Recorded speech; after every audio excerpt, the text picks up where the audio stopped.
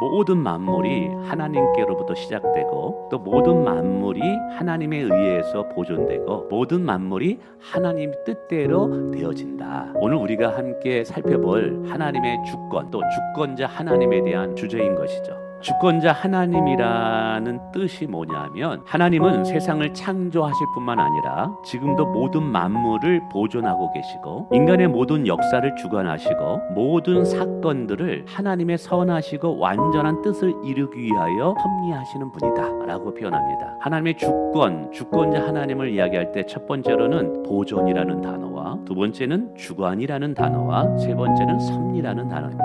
이것이 주권자 하나님을 설명하는 아주 핵심적인 단어입니다. 그래서 첫째로 하나님은 창조주 하나님을 넘어선 보존자 하나님이시다라는 것이죠.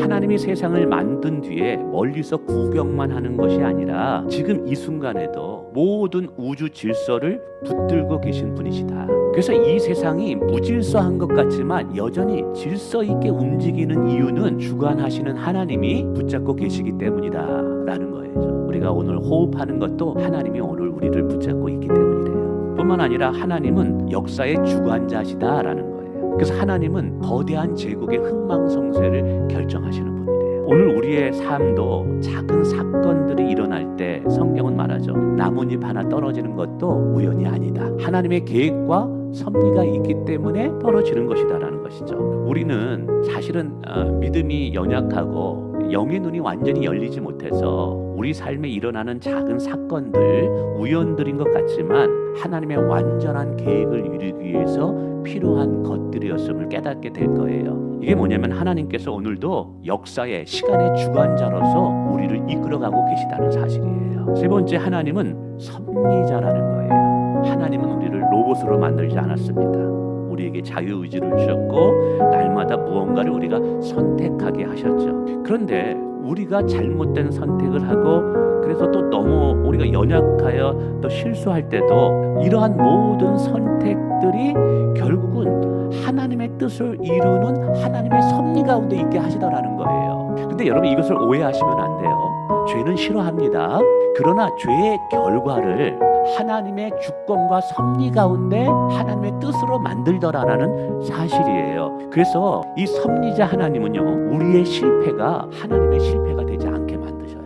그래서 하나님은 합력하여 선을 이루시는 놀라운 분이라는 사실이죠. 그래서 하나님이 주권자라고 이야기할 때 이 세 가지를 인정하게 되는 것입니다. 하나님은 모든 만물을 붙잡고 계시는 분이시다. 하나님은 역사의 주인이 되신다. 하나님은 우리는 다 이해할 수 없지만 하나님의 선하신 뜻으로 모든 것을 섭리해 나가고 계신다. 근데 그래서 우리는 하나님의 주권을 이야기할 때 반드시 몇 가지 논쟁을 만나게 됩니다. 첫 번째로 논쟁이 뭐냐면 하나님의 주권과 인간의 자유의지에 관한 문제라는 것이죠.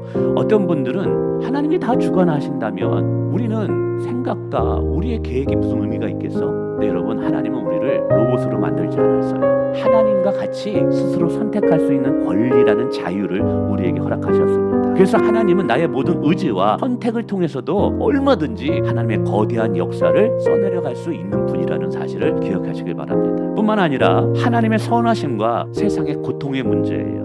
아니, 하나님께서 살아계시고 나를 사랑한다고 하는데 내게 왜 이런 일이 일어날 수 있을까? 그러니까 하나님의 선하심과 우리가 당하는 고통의 문제가 모순되지 않는다는 것이죠. 오히려 하나님은 우리의 고통을 합력하여 선을 이루시는 방편으로 사용되고 있다는 사실이에요. 그래서 하나님의 주권을 진짜 믿고 인정하는 사람은 지금 내가 당하는 여러 어려움들 다 이해할 수는 없지만 그래도 하나님의 신실하심을 믿어요. 하나님의 주권을 믿어요. 그리고 결국 이것도 하나님께서 선하게 합력하여 선을 이루실 것을 믿기 때문에 믿음을 포기하지 않는다는 사실이에요. 더 나아가서 하나님의 예정과 인간의 노력의 문제예요. 진짜 하나님의 주권을 믿는 성도들에게 있어서 하나님의 예정은 영적인 게으름이 아니라 하나님의 일을 더 열심으로 하게 하는 엔진의 역할을 하게 된다는 것이죠. 하나님은 우리를 구원의 구경꾼이 아니라 구원의 통로로 만드셨기 때문에 그래요.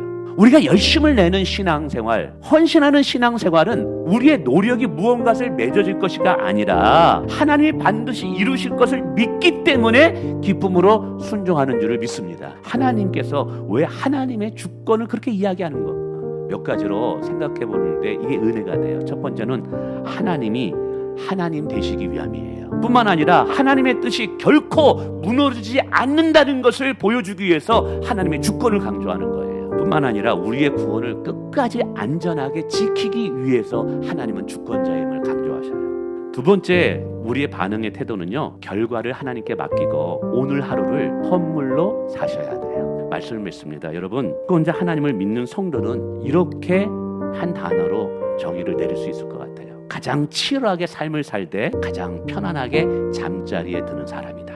여러분, 이것이 오늘 하나님의 주권을 믿는 진짜 성도의 고백인 줄을 믿습니다.